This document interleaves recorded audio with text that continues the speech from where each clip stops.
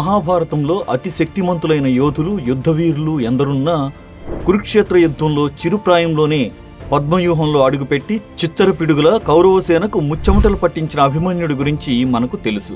కానీ అతనికంటే చిన్న వయసులోనే పాండవుల్లో అతి బలశాలి అయిన భీమసేనుణ్ణి ఓడించిన పరాక్రమవంతుడు, పంచమ వేదంలో ప్రస్తావించబడని గొప్ప పోరాట యోధుడు, కురుక్షేత్ర యుద్ధాన్ని క్షణాల్లో ముగిస్తానని శ్రీకృష్ణుడికే చెప్పిన ధీరుడు బర్బరీకుడు. అసలు ఎవరితడు? కురుక్షేత్ర రణరంగంలో శ్రీకృష్ణుడు బర్బరీకుణ్ణి కోరిన కోరికేంటి?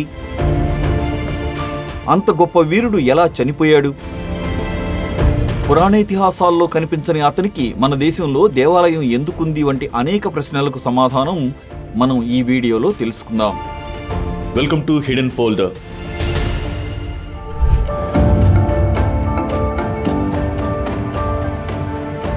బర్బరీకుడు మహర్షి వేదవ్యాసుడు రచించిన మహాభారతంలో ప్రస్తావించబడని ఒక జానపద కథానాయకుడు. కొన్ని పురాణ కథనాల ప్రకారం బర్బరీకుడు గత జన్మలో ఒక యక్షుడు. అతను దేవతల ఆజ్ఞలను ఉల్లంఘించినందుకు శపించబడి మానవ రూపంలో జన్మించాడని చెబుతారు. పంచపాండవుల్లోని భీముడి కుమారుడైన ఘటోత్కచుడు నాగవంశానికి చెందిన మౌర్వి దంపతులకు జన్మించడం వలన బర్బరీకుడు పాండవుల వంశానికి చెందినవాడిగా చెప్పవచ్చు. అతడు చిన్నప్పుడే అన్ని రకాల యుద్ధ విద్యల్లో ఆరితేరాడు. పరమశివుణ్ణి అమితంగా ఆరాధించి ఆయన నుంచి 3 అత్యంత శక్తివంతమైన బాణాలను వరంగా పొందాడు. అందుకే ఆయన్ని త్రిబాణధారి అని కూడా పిలుస్తారు. ఈ బాణాలతో అతను ఎవరినైనా ఓడించగలడు. ఒక బాణం శత్రువుని గుర్తిస్తుంది, రెండవది వారి నాశనానికి సిద్ధం అవుతుంది, మూడవది వారిని నశింపచేస్తుంది.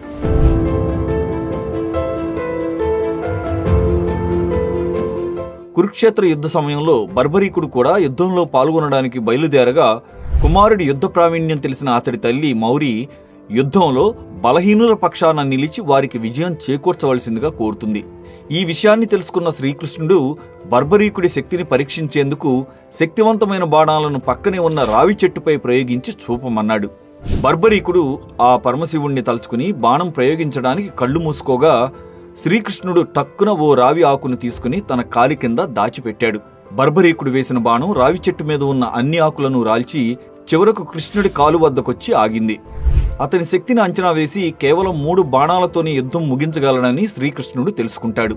మరో నమ్మకం ప్రకారం బర్బరీకుని బాణం శ్రీకృష్ణుడి కాలి చుట్టూ తిరగడం వల్ల ఆయన కాలు మిగతా శరీరం కంటే బలహీనపడిపోయి శ్రీకృష్ణావతారం ముగింపు సమయంలో ఒక బాణం ఆయన బలహీనమైన కాలికి గుచ్చుకోవడం వల్లే ఆయన మరణించాడని భావిస్తారు.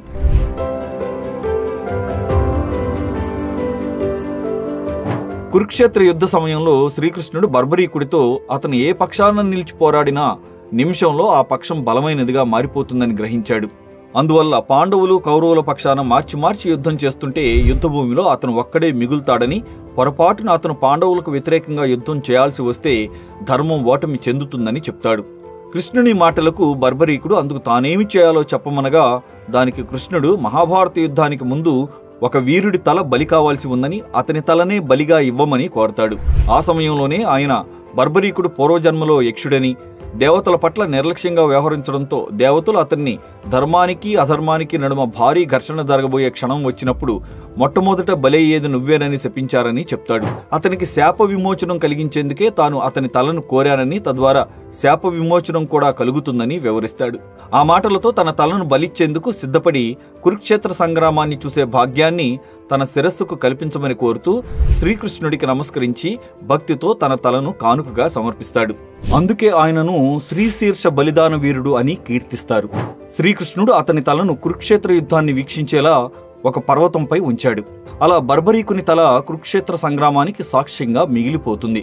శ్రీకృష్ణుడు అతని తలపై చేతిని ఉంచి ఆశీర్వదించి కలియుగంలో అతను తన పేరుతోనే పూజలు అందుకుంటాడని, అతన్ని తలుచుకుంటే కష్టాలన్నీ తీరుతాయని అభయమిచ్చాడని ప్రతీతి. శ్రీకృష్ణుడు బర్బరీకుని తలను కానుకగా అడగడం వెనుక ఒక లోతైన ఉద్దేశ్యం కూడా ఉందని తెలుస్తోంది. బర్బరీకుడు తన అపార శక్తితో యుద్ధ ఫలితాన్ని మార్చగలిగినప్పటికీ అతను బలహీనమైన వైపు సహాయం చేస్తానని చెప్పడం ధర్మయుద్ధానికి అడ్డంకిగా ఉండేది. కృష్ణుడు తలను కోరడం ద్వారా అతని శక్తిని ధర్మస్థాపనకు ఉపయోగించేలా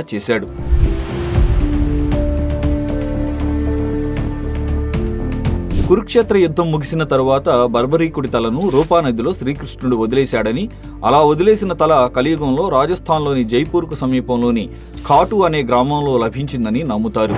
ఇందుకు ఒక కథనం ప్రాచుర్యంలో ఉంది. ఖాటులోని ఓ ప్రదేశం వద్ద నిలబడిన ఆవు ధారగా పాలను కురిపించడం మొదలుపెట్టింది. ఆ ప్రదేశంలో ఏదో మహిమ ఉందని గ్రహించిన గ్రామస్తులు అక్కడి నేలను తవ్వగా అరుదైన సాలిగ్రామం రూపంలో ఉన్న బర్బరీకుని తల కనిపించింది. బర్బరీకుడే శ్యాంబాబాగా ఖాటు గ్రామంలో వెలిశాడు కాబట్టి ఆనాటి నుండి ఖాటు శ్యామ్గా కొలుచుకోసాగారు భక్తజనం. ఖాటు ప్రాంతానికి రాజైన రూప్ సింగ్ ఖాటు శ్యామ్ శిరస్సు కనిపించిన స్థలంలో ఓ అద్భుతమైన ఆలయాన్ని నిర్మించాడు. దానికే తరువాతి కాలంలో మార్పులు చేర్పులు చేశారు. ఖాటు శ్యామ్ శిరస్సు కనిపించిన చోటుని శ్యామ్ కుండ్గా పిలుచుకుంటారు. ఈ ఆలయ ప్రాంగణంలోని కొలంలో గనుక స్నానం చేస్తే సర్వ పాపాలు సకల రోగాలు నశిస్తాయని భక్తుల నమ్మకం.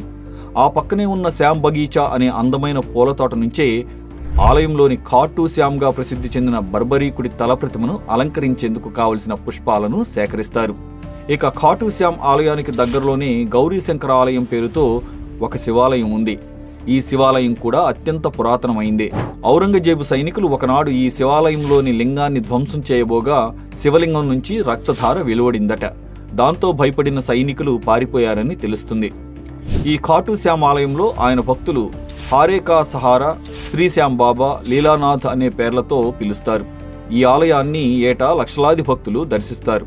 బర్బరీకుని జననం, చిరుప్రాయంలోని అరివేర యుద్ధ కళల్లో సాధించిన నైపుణ్యం, త్రిబాణధారిగా కురుక్షేత్ర యుద్ధభూమిలో ధర్మాన్ని పరిరక్షించడానికి ఆయన చేసిన త్యాగమే నేడు రాజస్థాన్లో ఖాటు శ్యామ్ బాబాగా లక్షలాది భక్తులకు కోరిన కోర్కెలు తీర్చే ఆరాధ్య దైవంగా కొలిచేలా చేసిందని చెప్పవచ్చు. ఇలాంటి మరిన్ని వీడియోస్ కోసం హిడెన్ ఫోల్డర్ యూట్యూబ్ ఛానల్ని సబ్స్క్రైబ్ చేసుకోండి.